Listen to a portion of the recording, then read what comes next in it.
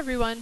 This week we're going to be looking at the GRRR for change. So our review is going to focus on change. And you can see that change means a basic alteration in things, events, and ideas. So what we're talking about here are events and processes and ideas that changed history. And usually we think about this as long-term change, so things that happened over a long period of time, versus a turning point. So turning points are very specific and cause change, but change can often occur as a longer process that's not just one specific turning point. So we have 4 here that we're going to look at: the Neolithic Revolution, the Crusades, the bubonic plague, and Confucianism. So Neolithic Revolution, we're talking about farming, right? The start of farming. And where that goes, there's a variety of places where that could happen. It happens in Mexico, in the Nile River Valley, in the Middle East, in India, and in China, really all simultaneously. So you could draw your arrow to any of those places. We have the Crusades here. So we're looking for this is a war between Christians and Muslims over the Holy Land, which is also known as Jerusalem. And Jerusalem is on the east coast of the Mediterranean Sea, which is currently covered by my other arrows, but is up in this area. Okay. Finally, the bubonic plague, which we can connect to the Crusades by saying that the Crusades facilitated trade, more trade across the Mediterranean, and that's how the bubonic plague was introduced into Western Europe.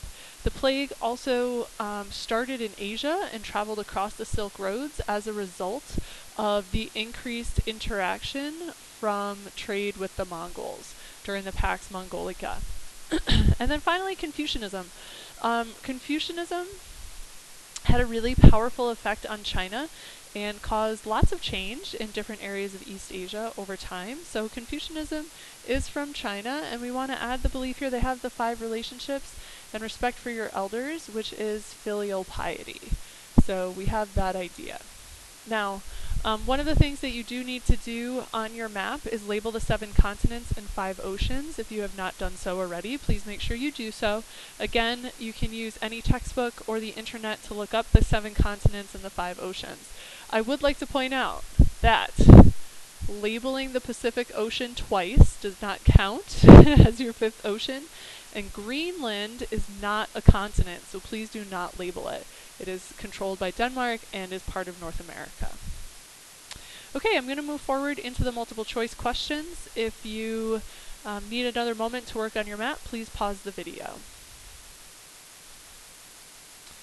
So moving into the multiple choice, you should annotate your questions so that you can review even more what you have here, okay? So we're looking at the first one. It says nomads, hunters and gatherers, simple tools and weapons. And that changes to farmers, domesticated animals, and establishment of villages. So the question asks, what is the best title for this diagram? What it's really asking you is, what is the change that happened here? What caused that change? What was the process? And so if you look back up at your notes about the 4 changes, you'll see that that should connect to the start of farming, which should connect us to the Neolithic Revolution. We also have here this idea of honoring your elders in your family. I defined that for you already up here, respecting your elders. And so you want to look for a belief that has something to do with Confucianism and its respect for elders. Number 3, many achievements of Islamic civilization reached European society by way of thee. So what we're looking at here is change that occurred as a result of increased interaction. So interaction through trade that began when Muslims and Christians began to associate with each other more. And again, that's referenced in one of the events at the top, this increasing interaction between Muslims and Christians, or people in the Middle East and people in Western Europe, which happened as a result of the holy wars called the Crusades, which leads us right into number 4 with the bubonic plague. So the bubonic plague affected economic development in medieval times by economic development. They're talking about here is wealth, jobs. How did the plague affect that? So you want to keep in mind the plague killed a lot of people. And so how would the death of all of those people affect jobs, right? How would it affect wealth? So excuse me, what we find is that there will be fewer people to do the work, which means it's harder to produce things. So you end up with production declining and prices rising because there's fewer people to do the work, it's harder to get things done, and so prices go up because things are more difficult to afford. Please take a look at those multiple choice. I'm going to move forward into the document. Again, if you need another moment, please pause the video here.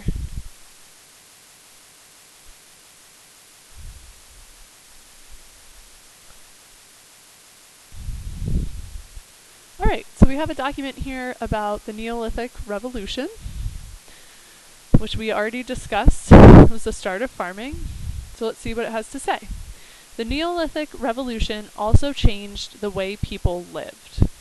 In place of scattered hunting communities, the farmers lived in villages. So what this is telling me, this is the topic sentence, right? This is what my whole paragraph is going to be about, is the way people lived and how it changed. But although this is the broad idea, they're now going to move forward into giving specific examples. So what's coming next are examples of how the way people lived changed. So in place of scattered hunting communities, the farmers lived in villages. So that would be one change. Near groups of villages, small towns grew up, so those villages start to grow, and later cities too. So people begin to settle down. They begin to have permanent settlements, and they grow from villages to towns to cities.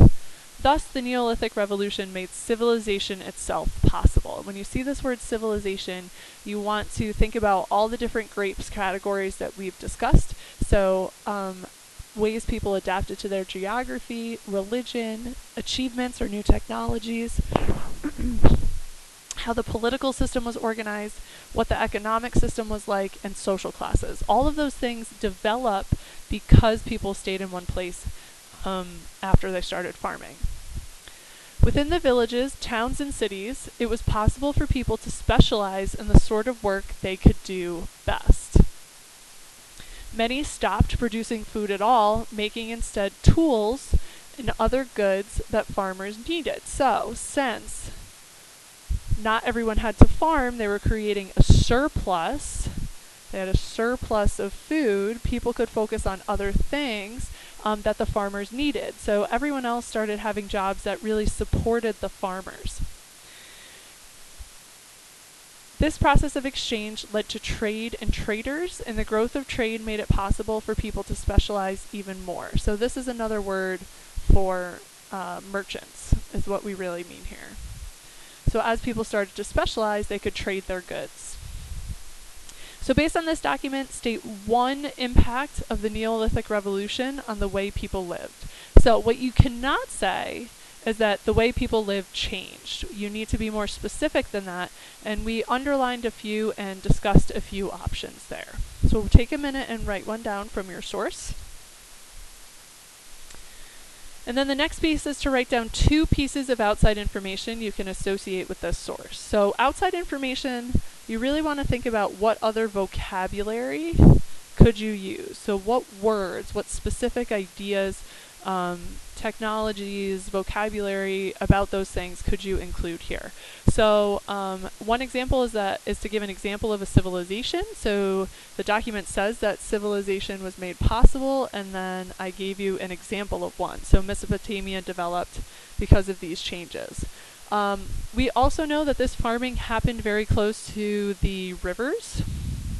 So you could go ahead and name examples of rivers where this happened, or areas of the world where this happened. And you can also give examples of technologies that developed. So they say people began making tools for farmers that would help farmers. Well, what types of technologies was it that people developed? Okay, so you could give examples of those things. You can go back and check your notes to try to find those. And then the last piece is to make a connection. I'm going to scroll down. So pause the video if you need to see these notes for longer.